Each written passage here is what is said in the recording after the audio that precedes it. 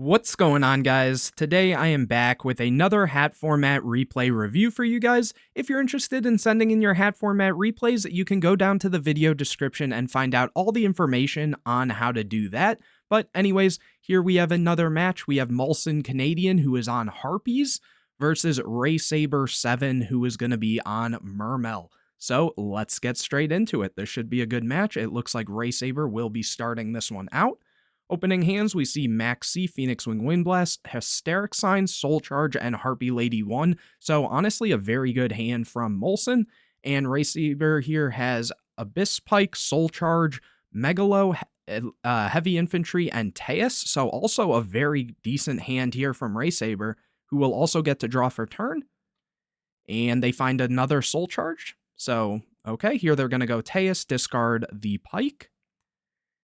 And Molson will chain the Max C. Teus comes down, Teus effect. Molson gets another Max C and adds another Pike. And they choose just to pass it there because, you know, this hand, while it could go, like, really in, they probably just don't want to play into this Max C. Anyways, here, yeah, Molson gets a copy of Breakthrough Skill.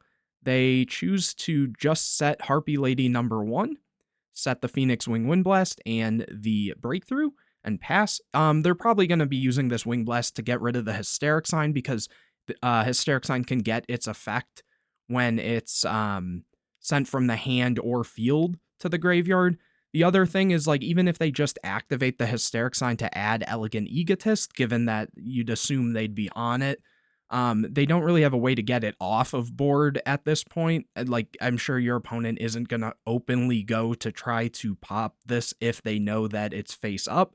So, you know, it's probably best just to hold it for the Wing Blast. That way you can keep your Soul Charge and the Max C here.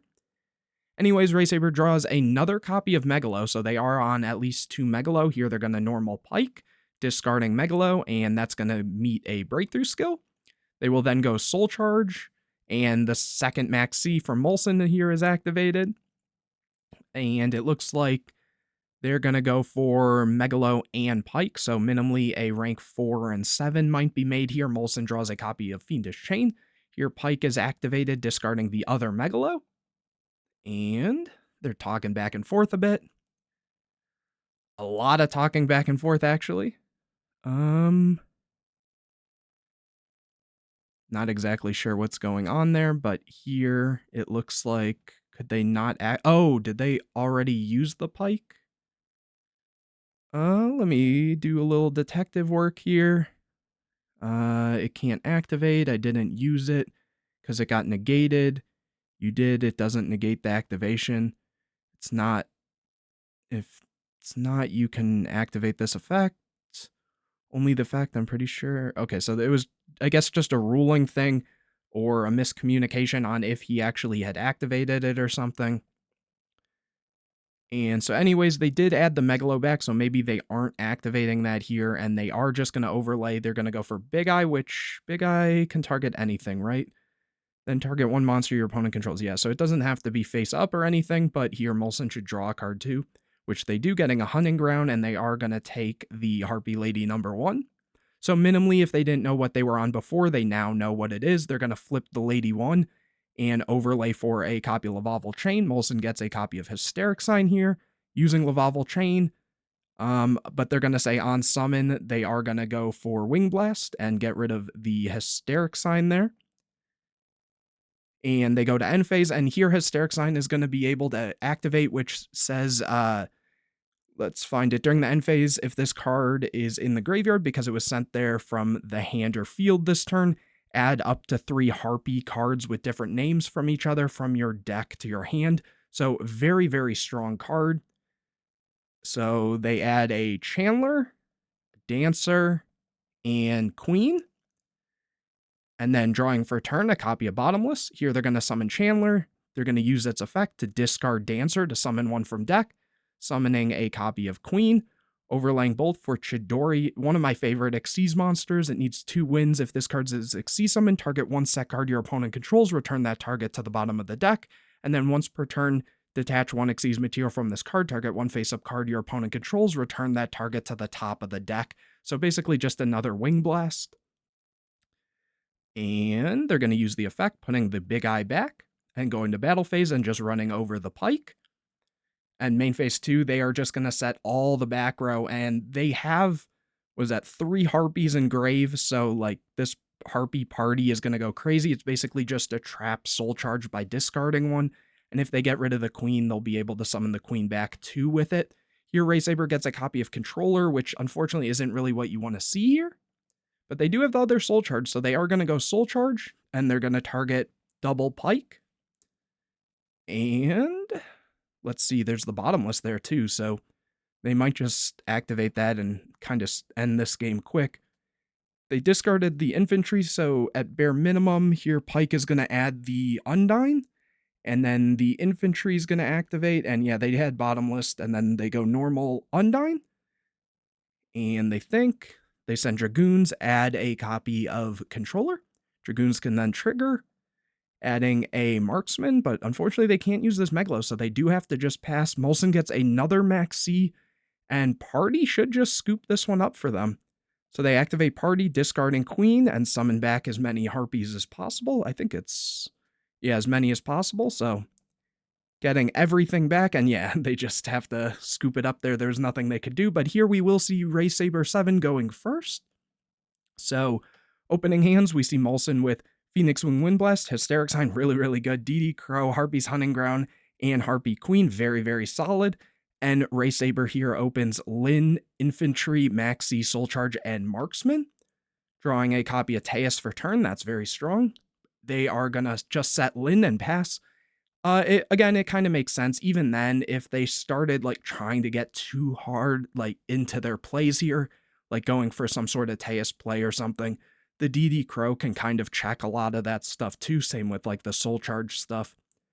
Molson finds a copy of Hysteric Party, activates Hysteric Sign to add Elegant Egotist, which basically, if a Harpie Lady is on the field, special summon one Harpie Lady or Harpie Lady Sister from your hand or deck. They're going to summon Queen, activate Egotist, and Max C is going to come down. They're going to special a Lady from deck, a Cyber Harpie Lady. Ray Saber gets a copy of Abyss Lead, so they're on double Megalo and Abyss Lead. It feels like a lot, but that's kind of been the standard as of late. Anyways, here Molson's going to overlay both for a Dweller, and Ray Saber gets a copy of Undyne. They use the effect of Dweller, attack over the Lind, so that's very unfortunate. And here, main phase 2, they're going to set Party and Wing Blast. Pass it over to Ray Saber, who gets a Turge. So here, they've already seen, obviously, Breakthrough Skill and should expect it, so it's going to be interesting if they go for, like, Teus and get rid of the Marksman or something, but at the same time, the Dweller just kind of checks that. Same with if they go, like, Undyne, it just checks it. They might just try to get stuff out of hand, but we'll see. They take a second to think. They do go for Undyne, and they send for cost a copy of Infantry, which gets met with DD Crow, so this won't trigger here. But they still get to add the copy of Controller. They then discard Infantry for Teus. Dweller is chained, so the other Infantry won't trigger, but the Teus will, adding a copy of Pike. They then go to battle phase and attack over the Dweller, and then attack over in for 12 with the Undyne. Pass it over, Molson gets a copy of Warning. And they take some time to think. They activate Hunting Ground, activate Party, discarding Warning to summon back the Queen and Cyber Harpie Lady. Hunting Ground triggers, which can pop the Hysteric Sign. And it also gives them a 200 attack boost, so that's why these are going up in attack here. He goes battle phase, attacks in for some more. Overlays both for a Lavalval Chain, activating the effect and sending a Zephyros to then summon itself back and bounce the party, which is very strong. The thing with this is it says when this face-up card leaves the field, when this face-up card leaves the field, destroy those monsters. So being able to overlay them first means that, you know, this stays on board, which is very good. And Yep, the Zephyros gets summoned, and resetting the Hysteric party, and then Elegant Egotist, or not Elegant Egotist, Hysteric Sign is going to activate in the end phase to add 3, adding Dancer, Chandler, and Queen. Over to Ray, who gets a copy of Sphere. Lots of thinking going on here. Oh, they're going to use the Abyss lead, which specifically has to discard 3 other water monsters. Or wait, what is this? Yeah, 3 water monsters to summon. So they're going to get rid of the Marksman, the Turge, and the Pike to summon it. Kind of funny to see that. Here, Marksman triggers and destroys the Wing Blast. Soul Charge is then activated to bring back Teus, Lind, Pike, and Turge. Very low on life now, though. In this deck, you already know they have Party, so you need to out this. The Sphere is decent, but you need to out this, because if not, this deck can easily do a lot of damage. Overlaying the 2 4s for a copy of Bahamut Shark, overlaying the 7s for Dracosac. And they use Dracosac to pop the Party, so very good play there. And then they use the Bahamut to summon a copy of Trite and set the Sphere. Molson gets a copy of Debunk, activates Lavalval Train, sends a Breakthrough skill. Normal summons Dancer, which can then pop the back row. And obviously all the zones are clogged, so they couldn't chain it here. This also has the effect that you're able to target a wind monster you control, return it to hand, and then re-normal summon a wind monster, so that's kind of cool. But they're just going to overlay both for Ice Beast Zero Fine. Okay, so this is just the end of the game, I'd assume. Because what this does is once per turn, you can detach an Xyz material from this card, negate the effects of all face-up cards your opponent currently controls. And if you do, this card gains 300 attack for each face-up card currently on the field. So the negate is only for your opponent's stuff, but then the attack boost also includes your face-up cards, which is really good, and the effects last until your next standby phase, so this even goes through the opponent's turn, so this is going to be very, very large here. So they use the effect, and it goes up to 41, so wait, it starts at this, so 3, 6, 9, 12, 15, 18, oh, does it include the token, I'd assume then there? But yeah, very big, so this can just run this over, and that will be game. Which it is. Wow. Okay, so very cool match here, being able to see Harpies kind of do what they do. Looking at this, you wouldn't have probably expected Molson to actually win that game after seeing a big Soul Charge play like that, but sometimes you overpay on life on Soul Charge, and it just kind of costs you.